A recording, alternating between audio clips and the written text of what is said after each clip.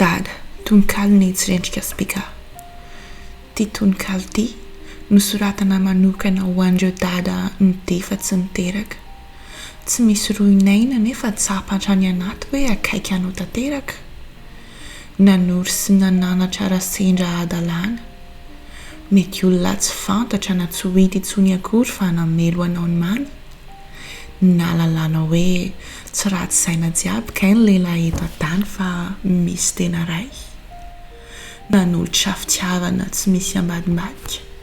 Namafy ny fotoanany sy ny vola izay ananany kanefa tsy nivadika ho zary-papasosy fa nitoetra ho tena ray. Misaotra indrindra anao dia ilay ray be fitiavana nahita ny fonao ny hamaly anao zato hoe misaotra indrindra anao fa hovaliako amin'ny afo ireny nataonao ahy ireny. Misaotra indrindra Dada.